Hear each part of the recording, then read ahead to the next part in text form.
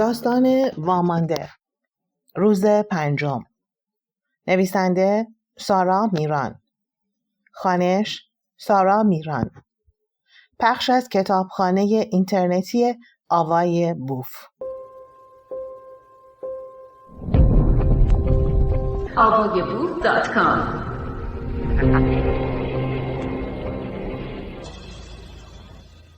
روز 5. باد آرام و بیوقفه ذراتی میریخت که نه برف بود، نه خاک و نه چیزی که در زبان بشر نامی داشته باشد. من در این 5 روز گذشته نامی برایش نهادم: برف خاکستری، یا شاید خاکستر برفی، چون می نشیند اما سنگینی می کند، چون خاموش است اما اثر می گذارد و بویی دارد شبیه بوی افیونی که شنبه ها از بالکن همسایه می آمد. افیونی تلخ اما گیج کننده، سنگین اما رهایی بخش. نزدیک شهر سوخته، جایی که تاریخ چون لایه های تهنشین شده ی حافظه روی هم انباشته است، در گودالی فرو افتادم که وجودش در هیچ نقشه‌ای ثبت نشده. گودالی نرم، رشته رشته، همچون دهان نیمه باز زمین. از آن روز نه راه پس دارم نه راه پیش. از همان روزی که گیج و مبهوت با روزنامه قبولیم در کنکور جلوی در اتاق ایستاده بودم و پدرم فریاد می‌کشید: دختر را چه به باستان شناسی؟ عزیز من، این همه رشته در این دنیا هست، یکی دیگر را انتخاب کن. حتی اگر 10 سال دیگر پشت کنکور بمانی بهتر است تا اینکه من در بیابان‌ها دنبالت بگردم. انگار هزاران سال گذشته از آن لحظه تا کنون. اینجا هیچ سکونتی نیست، فقط یک اتاقک خشتی ترک خورده و یک چراغ نفتی قدیمی که شعلش با هر موج برف خاکستری خم می شود. انگار زنده باشد و به چیزی گوش بسپارد. پیش از من، پیش از سقوط باشکوه من، انگار کسی اینجا بوده است. سنگینی تنی را حس می کنم و این چراغ و روشنایی و نفتش نیز لابد از آن اوست. حالا احتمالاً مادر دارد شماره پلاک جیپم را برای نیروهای پلیس می‌خواند و فریاد می‌زند که پیدا کردن یک جیپ صورتی کار سختی نیست.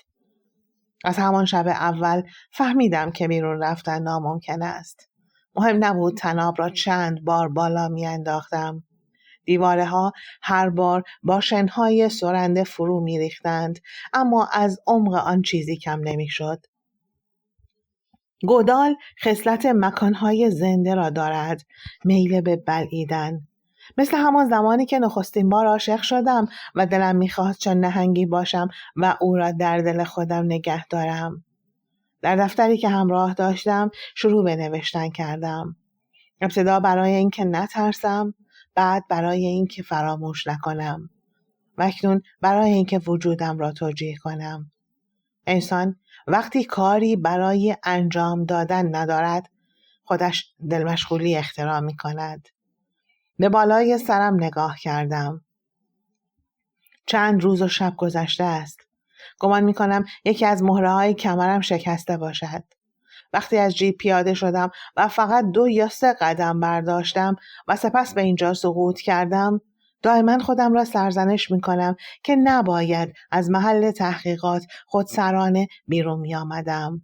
نباید از گروه جدا می شدم. نباید در طلسم حرفهای یک غریبه محلی برای کشف شهری تازه سوخته تنها به راه می افتادم. اکنون هیچ حرکتی ندارم. حتی بند انگشتانم مفصل به مفصل دردناکند. روز 2 برای فرار از فروپاشی ذهنی شروع کردم به جمع‌آوری برف خاکستری در مشت‌هایم و فشردن آن زیر کوله‌ام تا شاید کم کم بالاتر روم. ذرات را غربال می کردم، روی شعله چراغ می سوزاندم و با عدسی عینکم زیر میکروسکوپی می دیدمشان. ذرات عجیبند، کاملا همگن، همچون دانه های حافظه یا دانه های یک فکر تکرار شونده که کسی در هوا کاشته باشد. مادر گفته بود هوا سرد است، ژاکت گرم بردار. گفته بودم مامان دارم به آرزویم میرسم. باور میکنی داریم میرویم بازدید شهر سوخته. و تاریخ خاکستر چیزهایی است که زمانی شعله بودند. این را کدام استاد در کدام کلاس گفت؟ یا شاید خودم گفته بودم وقتی خودم را در مقام استاد دانشجویان دوره‌های بعد باستانشناسی تصور می‌کردم. مادر می‌گفت آخرش استاد دانشگاه می‌شوی. اما من در خیال کشف جهان‌های جدید بودم.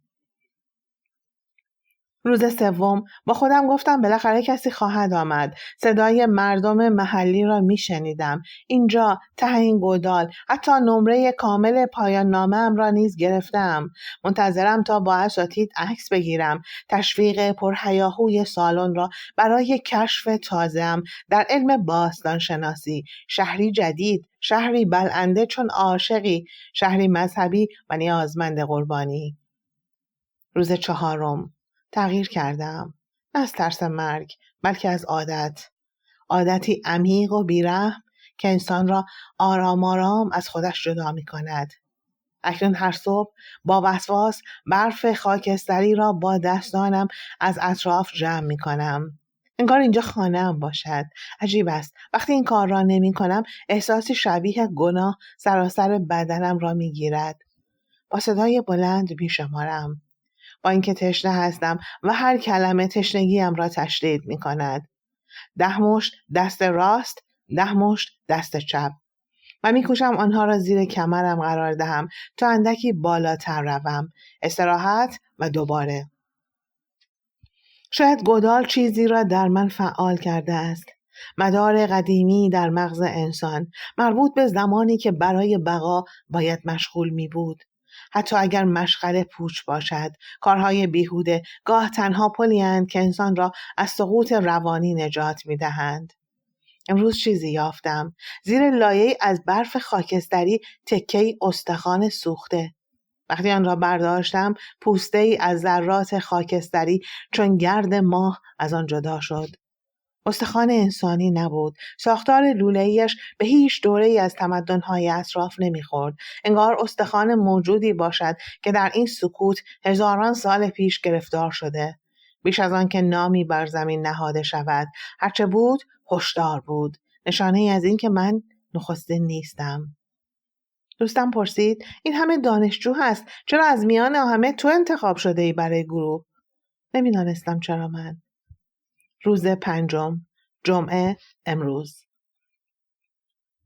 صبح زود وقتی از خواب پریدم دیدم کف اتاقک با موجی تازه از برف پر شده است.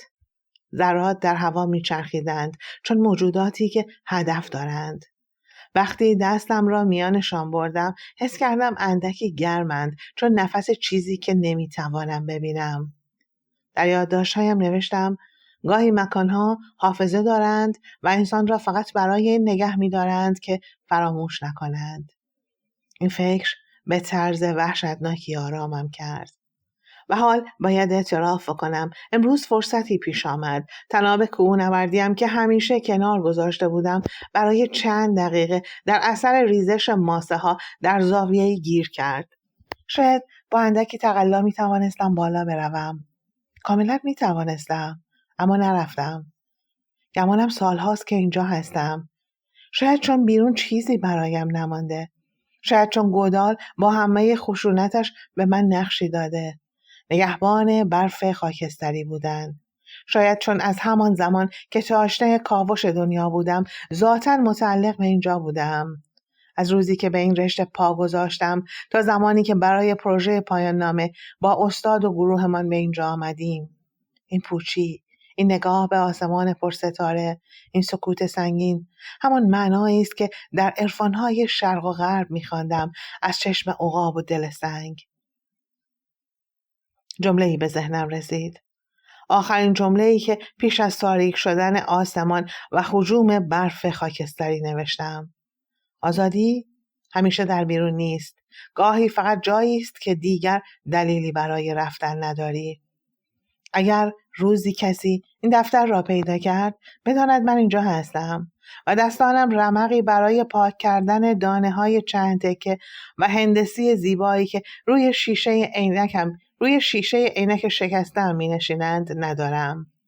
من برای ماندن اینجا هستم و این شاید تنها شکل ممکن ادامه دادن باشد. و باز هم مثل همیشه نمیدانم من خاکسترم یا خاکستر از من است.